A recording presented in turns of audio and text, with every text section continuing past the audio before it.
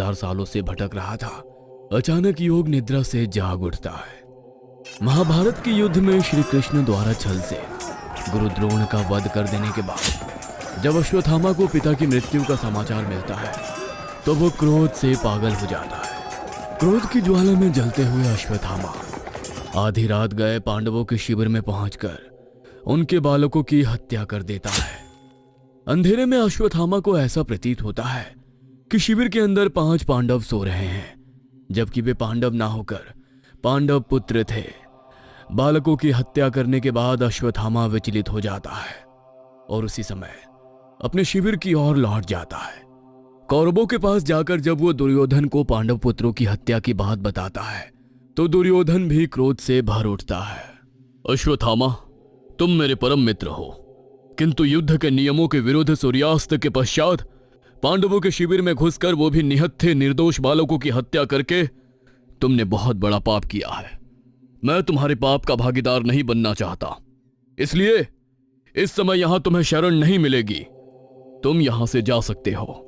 दुर्योधन के द्वारा सहायता देने से इनकार करने के बाद अश्वत्थामा जाकर किसी अज्ञात स्थान पर छिप जाता है। दूसरी ओर अपने पुत्रों की मृत्यु पर शोक मनाती द्रौपदी के आंसू 5 पांडवों का कलेजा छलनी कर रहे थे। हे कुंती पुत्रों, आपको सौगंध है, जिस पापी ने मेरे निहत्थे पुत्रों को निर्मम तरीके से मौत के घाट उतारा है, आप उसकी कटी हुई गर्दन लाकर मेरे पैरों में रखेंगे, तभी मैं ये शोक समाप्त करूंगी। जिस तरह मैं अपने पुत्रों के वियोग में तड़प रही हूँ, मैं चाहती हूँ उस पापी की माता भी यही शोक महसूस करे। द्रौपदी के बाणों से भी अधिक गहरे शब्दों को सुनकर 5 पांडव और द्रौपदी के सखा श्री कृष्ण अश्वत्थामा का वध करने को निकल पड़ते हैं। कुछ देर तलाशने के बाद उन्हें अश्वत्थामा मिल जाता है।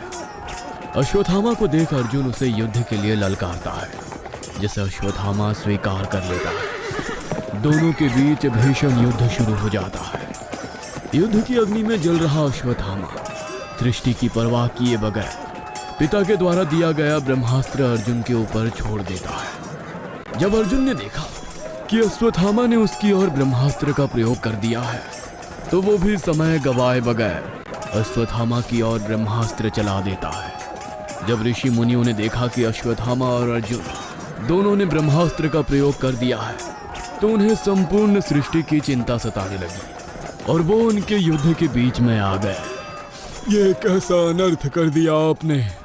क्या आप नहीं जानते कि ब्रह्मास्त्र की शक्ति के आगे संसार में कोई भी शक्ति नहीं टेक सकती? आप दोनों के ब्रह्मास्त्र से संपूर्ण सृष्टि का विनाश हो सकता है। आप दोनों महायोद्धा हैं। कृपया कर इस ब्रह्मास्त्र को वापस ले लें, अन्यथा सब कुछ समाप्त हो जाएगा। प्राणी, जीव, जंतु सभी को इसका प्रभाव भुगतना पड़ेगा।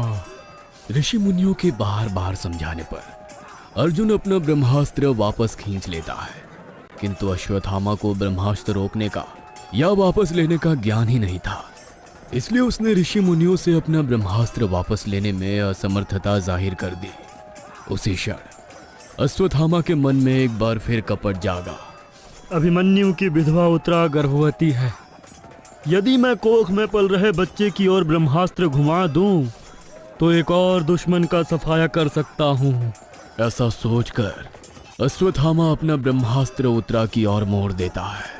अरे, ये क्या किया तुमने? एक गर्भवती स्त्री के ऊपर ब्रह्मास्त्र छोड़ दिया। महापाप है ये।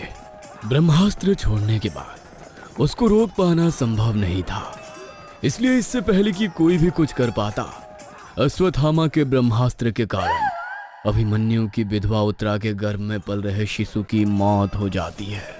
बच्चे की मौत को देखकर श्री कृष्ण भयंकर रूप में क्रोधित हो जाते हैं। मूर्ख, ये तूने क्या अनर्थ कर दिया? एक गर्भस्थ शिशु जिसने अभी दुनिया भी नहीं देखी, उसके ऊपर अस्त्र का प्रयोग करते हुए तुम्हें शर्म नहीं आई? तेरे जैसे पापी के लिए संसार में कोई स्थान नहीं। एक शिशु जिसे संसार का बोध भी नहीं, उसको अपने स्वार्थ के चलते मार डालना, इस पाप को ईश्वर कभी माफ नहीं करता। अश्वत्थामा के सर पर स्थित मणि, जो कि उसके पास जन्म से थी, श्री कृष्ण एक ही बार में उस मणि को अश्वत्थामा के सर से निकाल लेते हैं और उसके सर पर एक घाव दिखाई देने लगता है। जो पाप तूने किया है ना, उसके बाद तू ये मणि धारण करने के योग्य नहीं रहा।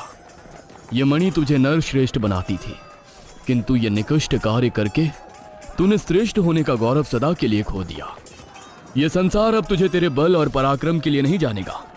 तू अब इतिहास में एक महायोद्धा नहीं, महापापी बनकर युगों युगों तक याद किया जाएगा।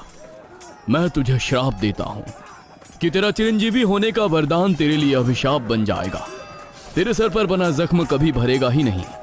तू ऐसे ही वन वन भटकेगा, किंतु तुझे कोई मनुष्य अपने आसपास दिखाई नहीं देगा। तेरे जख्मों में से खून और मवाद रिसेगा। तू दर्द से कराहेगा, तड़पेगा, भूखा प्यासा रहेगा, किंतु चाहकर भी किसी को अपना पाप और अपनी पहचान नहीं बता पाएगा। श्री कृष्ण के मुंह से ऐसी बातें सुनने के बाद अश्वत्थामा अपने घुटनों के बल जमीन पर गिर जाता है और श्री कृष्ण के सामने गिड़गिड़ाने लगता है। मुझे क्षमा कर दीजिए प्रभु, मेरी गलतियों का इतना बड़ा दंड मत दीजिए मुझे। मैं मानता हूँ अपराध हुआ है मुझसे। आप चाहे तो मुझे मृत्यु की सजा दे दें, किंतु अपना श्राप वापस ले लीजिए। जो पाप तुमने किया है, मृत्यु उसके लिए बहुत छोटा दंड होगा। तुम्हारा दंड यही है कि तुम कलयुग के अंत तक इस पृथ्वी पर भटकते रहोगे। चिरंजीवी तो रहोगे, किंतु अपने जीवन पर हर पल धिक्कार करोगे। संसार की कोई दवा, वैद, हकीम तुम्हारे जख्मों को भर नहीं सकेगा। तुम्हारे घावों से बहता रक्त और हर पल उसमें होती पीड़ा तुम्हें तुम्हारा कुकर्म याद दिलाएगी और सृष्टि के अंत तक तुम यही पीड़ा सहते रहोगे। कलयुग के अंत में जब पाप अपनी सीमा से परे हो जाएंगे, जब पृथ्वी पर असुर कली का राज होगा, तब चारों ओर त्राहिमाम मचा होगा। तब धरती पर बुराइयों से लड़ने के लिए एक अवतार का जन्म होगा, जिसका नाम होगा कल्कि।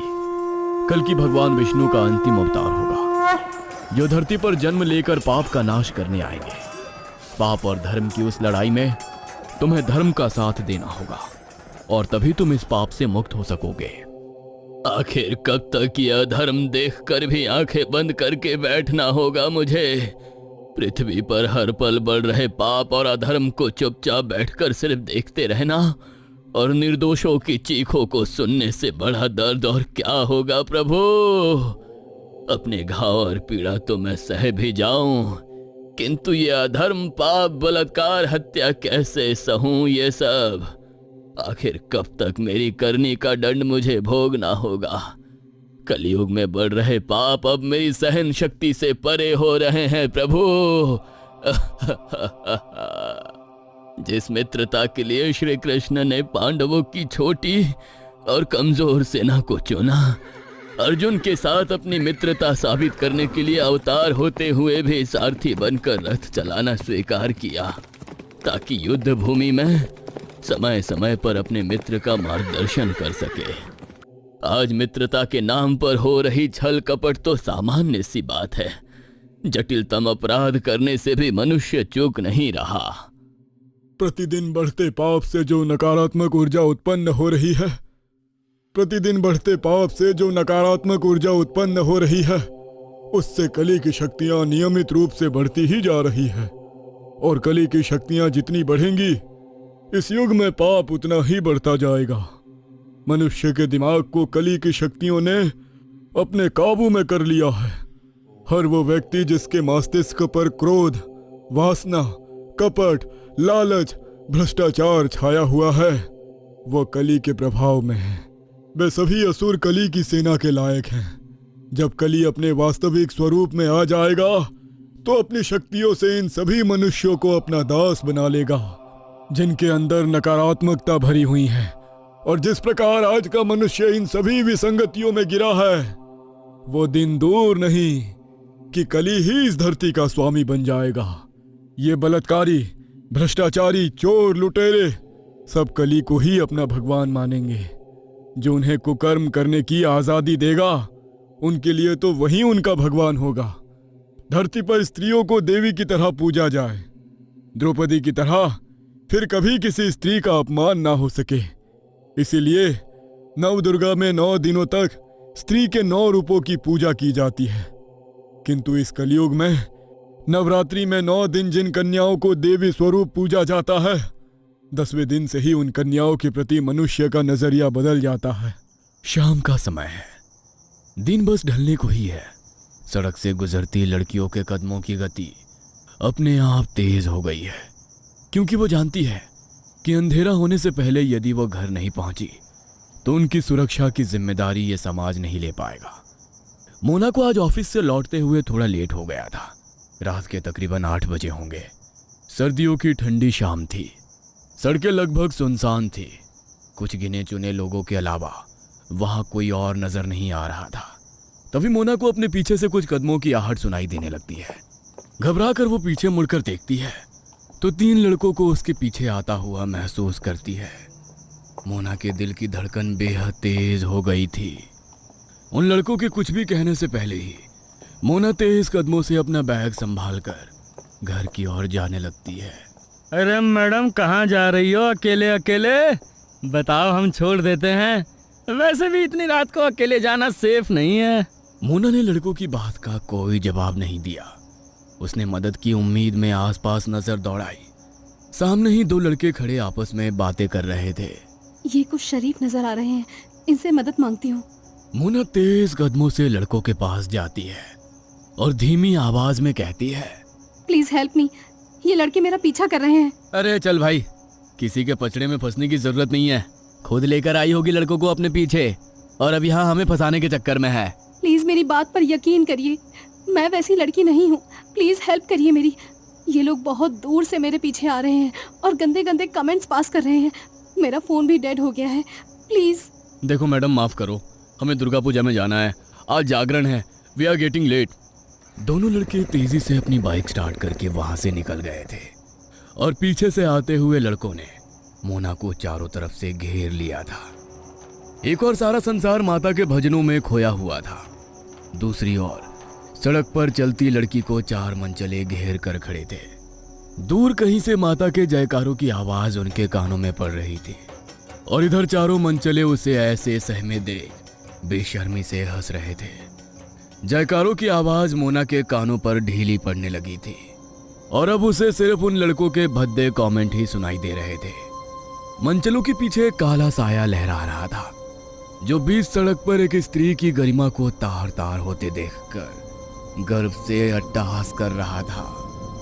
क्या ये चरम सीमा नहीं कि एक और धर्म दम तोड़ रहा है और दूसरी ओर अधर्म बीच सड़क पर तांडव करने का दुस्साहस कर रहा है। एक और पंडालों में पूजी जा रही माँ दुर्गा और दूसरी ओर स्त्री का अपमान। क्या कलयुग का अंत नजदीक है? जानने के लिए देखना ना भूले कली भाग 5।